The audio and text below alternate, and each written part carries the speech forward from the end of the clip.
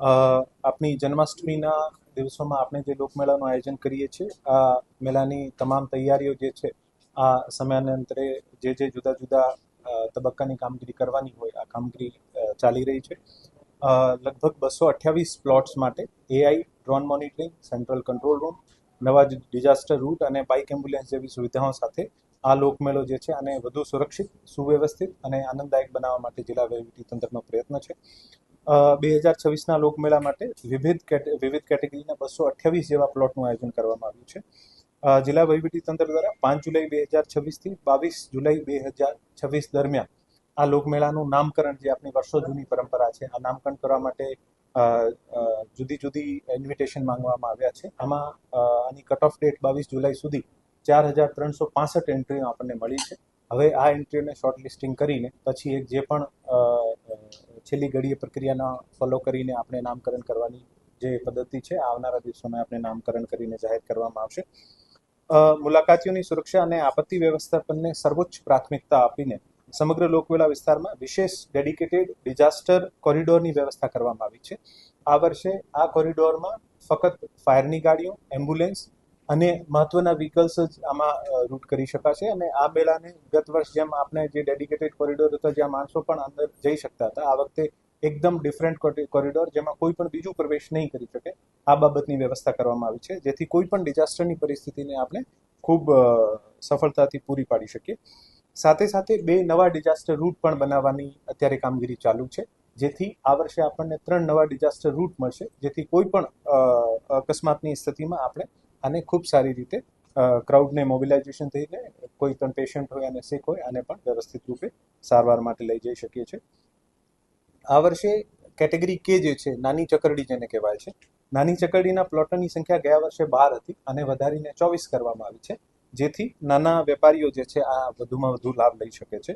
સાથે સાથે આ વર્ષે એક સેન્ટ્રલ કંટ્રોલ રૂમ કાર્યરત કરવામાં આવશે. ગયા વર્ષોમાં આપણે જોયું છે તમામ વિભાગના જુદા જુદા કંટ્રોલ રૂમ હતા. આ વર્ષે એક જ સેન્ટ્રલ જુદા જુદા વિભાગોના કંટ્રોલ રૂમ હશે જ્યાં આની બીજી વ્યવસ્થાઓ આ લોકો કરશે, પણ એક central command and control room હશે જ્યાં બધા વિભાગના અધિકારી એક સાથે બેસશે અને જેથી મેળામાં કોઈ પણ ઇન્ફોર્મેશન શેરિંગથી લઈને જે પણ આકસ્મિક પગલાં લેવાના હોય આપણે ઝડપથી લઈ શકીએ છીએ.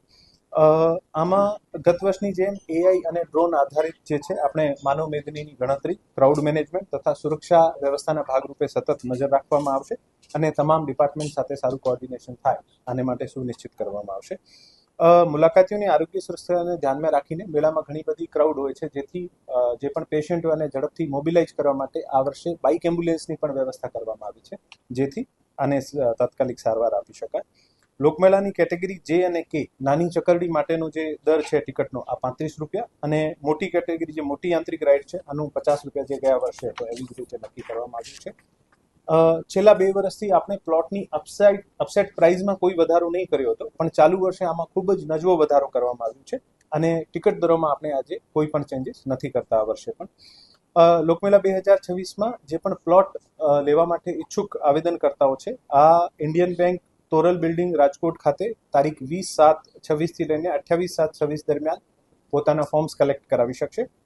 વિવિધ કેટેગરીના પ્લોટોની ફાળવણીની પ્રક્રિયા પારદર્શક રીતે હાથ ધરવા માટે કેટેગરી બી, સી, જે અને કેના પ્લોટનો ડ્રો જે છે આ 1/8/2026 તારીખમાં અને કેટેગરી એ અને B1ની પ્લોટની હરાજી જે છે આ 4/8/2026ના તારીખે, કેટેગરી ઈ, એફ, જી, એચના પ્લોટની હરાજીની તારીખ 5/8/2026 અને કેટેગરી એક્સના પ્લોટની હરાજીની તારીખ જે છે 6/8/26ના રોજ યોજવામાં આવશે.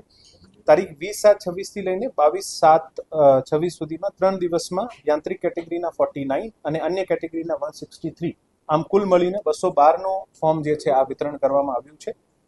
વિતરણ કરાયેલ ફોર્મ પૈકી 20 તારીખથી આજ દિવસ સુધીમાં કુલ 8 ફોર્મ પરત થયેલ છે. આમાં નાના રમકડાના 5, કેટેગરી સીના 1 ફોર્મ અને કેટેગરી એક્સ આઈસ્ક્રીમના 2 ફોર્મ મળ્યા છે.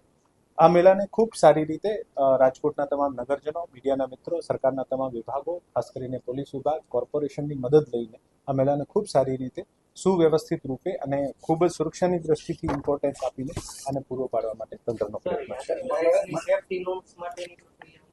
યાંત્રિક રાઇટ્સની સેફટી નોર્મ્સની પ્રક્રિયા માટે અગાઉમાં પણ સરકારે ઘણા બધા પરિપત્ર બહાર પાડ્યા છે અને એસઓપી નક્કી થઈ છે. આ એસઓપી હજુ કાર્યરત છે. આમાં આ વર્ષે કોઈ પણ ચેન્જીસ નથી, જેથી જે ગયા વર્ષે આપણે પ્રક્રિયા ફોલો કરતા હતા આ વર્ષે પણ આ જ પ્રક્રિયા આપણે ફોલો કરીશું. સાંસ્કૃતિક કાર્યક્રમો કઈ કલાકારો આવવાના છે? જિલ્લા વહીવટી તંત્ર દ્વારા 10 થી 12 કલાકારોની યાદી બનાવીને રાજ્ય સરકારને મોકલવામાં આવી છે. ટુરિઝમ ડિપાર્ટમેન્ટ દ્વારા આવનારા દિવસોમાં જે પણ કલાકારોની યાદી ત્યાંથી નક્કી થશે એવી રીતે આપણે દરરોજ ખૂબ જ સુંદર સાંસ્કૃતિક કાર્યક્રમ કરવામાં આવશે. સાથે સાથે ઇન્ડિયન નેવીનો મુંબઈ વેસ્ટર્ન કમાન્ડમાંથી એક નેવી બેન્ડ પણ આવશે, જે અથવા તો મેળાના ફર્સ્ટ દિવસે નહીં તો પછી 5 તારીખે જે આ લોકોની અનુકૂળતા છે આ બેમાંથી કોઈ એક દિવસે જે છે આ નેવી બેન્ડનો પણ ખૂબ શાનદાર પ્રદર્શન થશે.